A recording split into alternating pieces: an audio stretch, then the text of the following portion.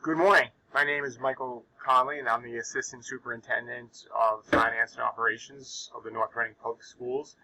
And today is Friday, March 26, 2021, and I'm just going to provide a quick little overview of where we stand in our large capital process with the school department. So if we kind of look at what the school department's request over the next 3 years has been, this chart gives you an indication of the categories, number one, that we break our large capital requests into, and what we have submitted to the Townwide Capital Committee, known as the Capital Improvement Planning Committee, or CIPC, for consideration over the next 3 years.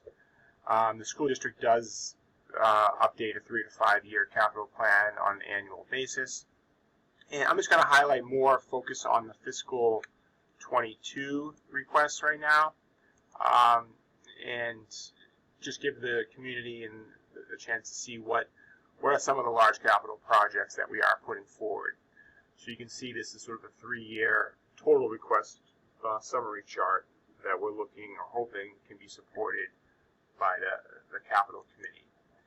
So these are our fiscal year 22 requests placed in priority order with the school department's administration and school committee.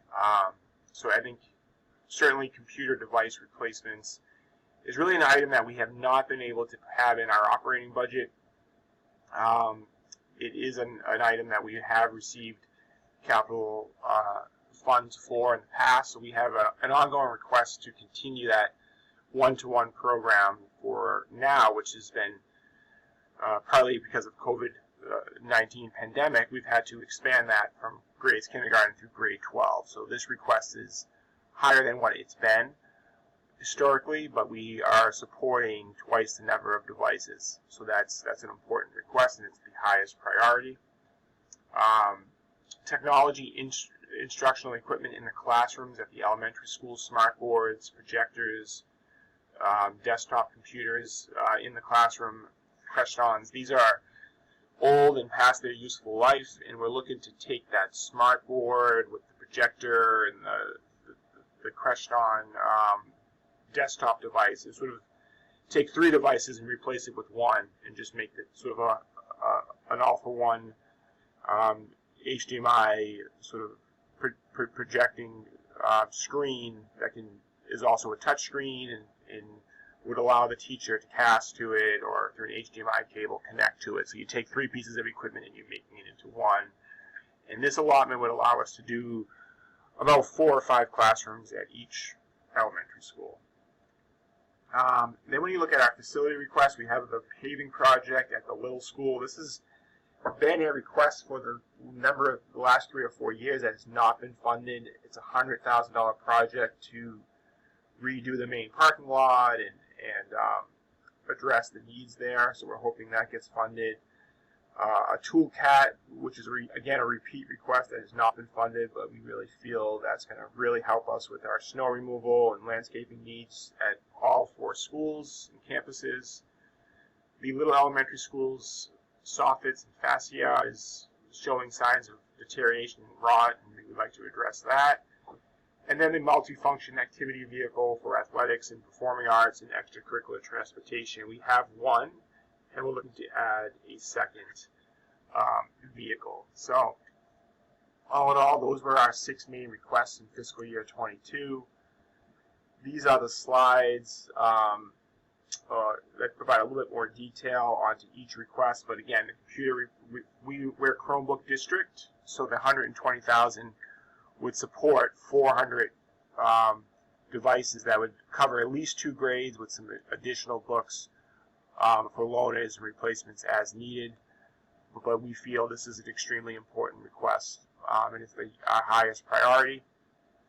As I just mentioned earlier, the instructional equipment in the classroom, smart boards, and we feel like this is really a high priority request. And as I mentioned earlier, we're taking 3 devices, the projector, the desktop computer, and the smart board, with replacing that with one interactive device that would serve all 3 of those functions. So that's really the wave of future with the latest and greatest technology, and we wanted to start that replacement cycle.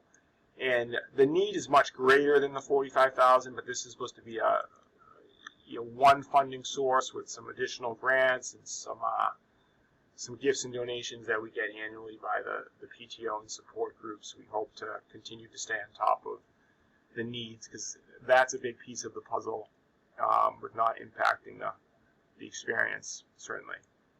When we look at our future technology needs, certainly the need for ongoing student devices, the need for ongoing allotment to replace the instructional equipment, projecting equipment in the classroom, the wireless infrastructure at both the high school level and the elementary level will need to be addressed in the coming years as well. These are our two kind of vehicle and equipment requests. So again, the multifunction vehicle. We purchased one a couple years ago. We're looking to get a second. That we believe would be a game changer for us. We can now put more teams on these vehicles. The Performing Arts Department has a need. And many times when they need to use the vehicle, it's being used. So we really do need a second. And the payback of this vehicle is pretty good, as you can see. By not going outside to a bus company, we can save annually, we think, between $12,000 and $15,000, which makes this a sort of a less than a 4-year payback. So it's a good investment, and certainly something we're hoping is supported. The ToolCat, to me, we tried to get this when the building was high school, middle school came online, which is now 6 or 7 years ago. It was not supported at that time, which we understood there was a lot going on. We feel like this is just an extremely important request. It's a 4-season vehicle.